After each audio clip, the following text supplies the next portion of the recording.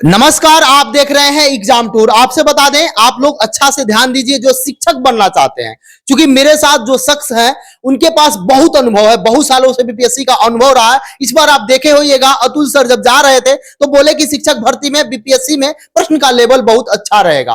तो सर है और प्रोफेसर है, उसमें भी आप भी जानते होइएगा, गया में टेकारी कॉलेज है, वहीं पे प्रोफेसर है, हिस्ट्री के विभागाध्यक्ष हैं शशि आर्यन सर हैं। इनसे जानेंगे कि क्या क्या करना चाहिए। जिनका हिस्ट्री जैसे 1 to 5 वाले हो गए वो भी देखेंगे, 6 to 8 वाले हो गए उनके लिए भी होगा, 9 10th के लिए भी होगा और 11 12th के लिए। क्योंकि सबसे कम यदि सीट की बात की जाए, सबसे अधिक जहां पे कंपटीशन होता है वहीं सोशल साइंस में होता है। सर आपका स्वागत है एग्जाम टूर में। चलिए, धन्यवाद अभिषेक जी। सर, हिस्ट्री एक निर्णायक होगा, क्योंकि बिहार के बच्चे हैं, हिस्ट्री में अच्छा पकड़ होता है और इस बार बताया गया है कि बीपीएससी में क्वेश्चन भी अच्छा से पूछा जाएगा। तो जिनका 1 to 5 है, 6 to 8 है, यहां थोड़ा सा कम भी पढ़ेंगे तो काम चल जाएगा। लेकिन इनके साथ साथ जो 9 10th वाले हैं, 11 12th वाले हैं, सभी के लिए क्या जरूरी है, कैसे ध्यान देंगे, किसको छोड़ देंगे, किसको पकड़ लेंगे, क्योंकि बहुत कम समय है सर। देखिए, आप सभी लोग जानते हैं कि इतिहास 4 खंडों में विभाजित है। प्राचीन काल का, मध्यकाल, आधुनिक भारत और विश्व इतिहास। तो ऐसी परिस्थितियों में जब तैयारी है, और चूंकि समय काफी कम है, जिन लोगों की तैयारी हो चुकी है वो लगभग पूरा कर चुके हैं, लेकिन फिर भी अंतिम समय में रिवीजन काफी ज्यादा मायने रखता है। तो उन बच्चों के लिए मैं तैयारी पर क्या कहूं, बस उन बच्चों को विशेष तौर पर यह संदेश देना चाहूंगा कि वह अंतिम समय में रिवीजन जो है वह किस तरह से करें। तो 1 to 5 और 6 to 8 पहले इन दोनों को बोलता हूं मैं, क्योंकि बिहार लोक सेवा आयोग की परीक्षा है और जैसा कि अतुल सर जाते जाते काफी बातों को बोल चुके हैं।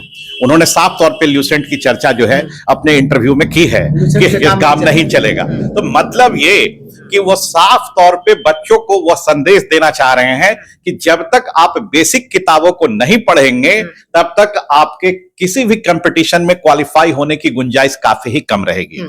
तो 1 to 5 और 6 to 8 के बीच की अगर जब हम चर्चा करें तो यहां मुख्य रूप से एनसीईआरटी 11 12 वाली अगर है आपके पास, और कौन सी, वो पुरानी वाली, क्योंकि नई वाली 11 12 और जो पुरानी वाली 11 12 है उन दोनों में काफी ही ज्यादा फर्क है। सर, 10 दिन में कैसे हो पाएगा? नहीं, बिल्कुल 10 दिन में। मैं इसलिए कह रहा हूं, मैंने क्या कहा कि जो बच्चे तैयारी कर चुके हैं वो तो ऑलरेडी कर चुके हैं। मैंने सिर्फ उनको बताया कि लास्ट मोमेंट में आप अपने आप को कैसे और मांझ सकते हैं, इसी बात पर ध्यान देना है। वो तो ऑलरेडी पढ़ चुके हैं। तो 1 to 5 6 to 8 में वो एनसीईआरटी तीनों पढ़ ले, चूंकि उनका वो ऑलरेडी पढ़ा हुआ है। तो ऐसी स्थिति में 10 दिन भी काफी है, क्योंकि अगर उन्होंने सही तरीके से 1-2 बार सही तरीके से पढ़ा होगा तो उनके लिए 10 दिन में वो कम से कम 3 बार रिवीजन कर लेंगे। 10 दिन में 3 बार रिवीजन कर लेंगे, ये दावे के साथ। क्योंकि मैंने खुद जब इस कंपटीशन मैंने खुद दिया है, इतना मैंने फेस किया है, तो मैंने खुद देखा है, आराम से वो कर लेंगे। इसमें टॉपिक की बात की जाए, आप कौन कौन सा टॉपिक बताइए जिसको छोड़ना नहीं है, जिसको इग्नोर नहीं। देखिए, इसमें साफ तौर पे है कि बिहार का अगर कोई भी एग्जाम अगर आप देंगे तो मॉडर्न इंडिया का सेक्शन आपके लिए सबसे महत्वपूर्ण होता है। आधुनिक भारत का सेक्शन सबसे ज्यादा महत्वपूर्ण होगा। और आधुनिक भारत में भी अगर आप जाते हैं तो खास तौर पर सोशल रिलीजियस मूवमेंट, फिर 1857 का विद्रोह और फ्रीडम स्ट्रगल का हिस्सा, ये काफी ही महत्वपूर्ण पड़ता है। इसके अलावा जब आप बिहार के एग्जाम में जाएंगे तो उसके बाद मध्यकालीन भारत से सवाल पूछे जाते हैं। तो मध्यकालीन भारत में खास तौर पे जो सांस्कृतिक योगदान है दिल्ली सल्तनत के शासकों का और मुगल शासकों का, और उसके साथ साथ जो क्षेत्रीय राजवंश थे उनका जो सांस्कृतिक योगदान था, वहां से देखिए काफी जबरदस्त तरीके से सवाल पूछे जाते हैं। तो उसको भी ध्यान से देख लेना है कि क्या उनका सांस्कृतिक योगदान, मस्जिद, मंदिर, मकबरा, इन सारे चीजों को ध्यान में रखना है कि उनकी कोई विशेष तौर पे जो है वह शैली है। और उसके बाद जो है जाते जाते जैसे मौर्य पे देख लें, फिर गुप्ता पे देख लें, हर्षवर्धन को देख लें, सिंधु सभ्यता, ये मैंने मुख्य अध्याय बताए। ऐसे सवाल तो सारे जगह से पूछे जाएंगे, लेकिन लास्ट मोमेंट में बच्चे किन किन टॉपिक को न छोड़े, उस पर विशेष तौर पे ध्यान दें। उन तमाम चीजों की मैंने चर्चा की। ये तो 1 to 5 और 6 to 8 का है। लेकिन जब बात 9 10 की बात आएगी और 11 12 की आएगी तो यहां पर स्ट्रेटेजी थोड़ी सी डिफरेंट हो जाएगी।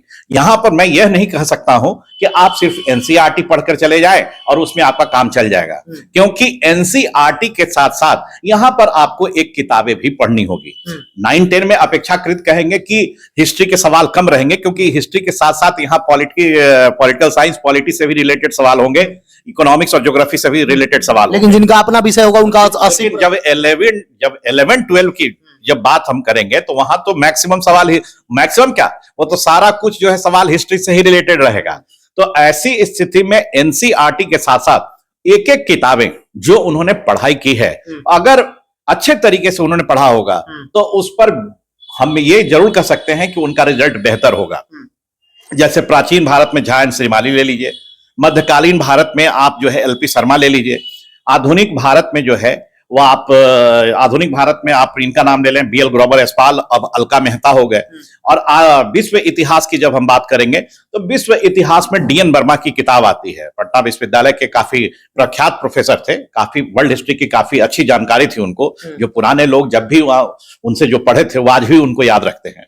तो उनकी किताब है। तो ये 3 एनसीईआरटी और ये 4 किताबें, ये बातें ध्यान में रखनी होगी, क्योंकि 11-12 वो स्पेशलाइजेशन हो जाता है, क्योंकि वहां पर सब्जेक्ट से ही मैक्सिमम सवाल हैं। आप पॉलिटिकल साइंस के हैं तो वहां पॉलिटिकल साइंस सवाल पूछे जाएंगे, अगर इकोनॉमिक्स से हैं तो इकोनॉमिक्स के सवाल पूछे जाएंगे, अगर आप ज्योग्राफी के हैं तो ज्योग्राफी के सवाल पूछे जाएंगे, और यदि इतिहास के हैं तो इतिहास के सवाल पूछे जाएंगे। और इतिहास का सवाल चूंकि बार बार जाते जाते चेयरपर्सन ने हमें बताया है कि आप पढ़ाई करिए, निश्चित तौर पर बेहतर होंगे, तो बिल्कुल उसी अंदाज में आपको पढ़ाई करनी होगी, उसी अंदाज में पढ़ाई करनी होगी। सर क्या सुझाव दीजिएगा? बहुत सारे बच्चे होते हैं जिनका तैयारी बेहतरीन होता है, लेकिन एग्जामिनेशन हॉल में जाते हैं वहां सही नहीं कर पाते हैं। बहुत लोग ऐसे होते हैं जो प्रेशर झेल नहीं पाते हैं। बहुत लोगों को ये लगता है कि अब मेरा निकल जाएगा या मेरा नहीं होगा, इन सारे चीज से वहां पे टेंशन होता है, जिसके कारण 10-15 क्वेश्चन गलत हो जाता है। नहीं, आप जो है चिंता मत करिए, आप चिंतन करिए। चिंता नहीं, चिंतन देखिए, चिंता और चिंतन 2 अलग अलग चीजें हैं। अगर आप चिंता करेंगे तो फिर तो भाई मामला गड़बड़ हो जाएगा। और ऐसे भी गीता में कहा गया है कर्म कीजिए, फल की चिंता मत करिए। तो आप बेधड़क अपने आप पर आप विश्वास बनाए रखिए, अपने विश्वास को नहीं डिगने दें, क्योंकि आप एक शिक्षक हैं। आप देश के नौनिहालों को तैयार कराने की जिम्मेवारी आपको है। तो ऐसी स्थिति में जब आप क्लासरूम में जाएंगे, आप अपने बच्चों को सिखाएंगे कि भाई तुमको अपने पर विश्वास रखना है। तो जब आप खुद अपने पर विश्वास नहीं रखेंगे तो मामला तो गड़बड़ा जाएगा। तो इसीलिए अपने आप पर विश्वास रखें। और मैं ये जानता हूं कि अगर आपने पढ़ाई की है तो आप विश्वास को बनाए रखिए, रिजल्ट निश्चित तौर पे बेहतर होगा। सर आपका एक चैनल है जिस पर आप फ्री ऑफ कॉस्ट क्लास लेते हैं, चैनल का क्या नाम है? अभ्यर्थी को बता दीजिए, जो जुड़ना चाहे वो आपसे जुड़े। वो है अप्पू की पाठशाला। मेरा घर का नाम है अप्पू, तो मैंने घर के नाम पे ही रखा है अप्पू की पाठशाला। उसमें आप जाएंगे तो करंट इवेंट्स का भी, हालांकि अभी ज्यादा दिन नहीं हुआ, मुश्किल से अभी 10-15 दिन ही हुए हैं। तो ऐसी स्थिति में मैंने सोचा कि चलो अब बैठे बैठे मैं क्या करूं, तो बच्चों को मैं पढ़ाना शुरू करता हूं।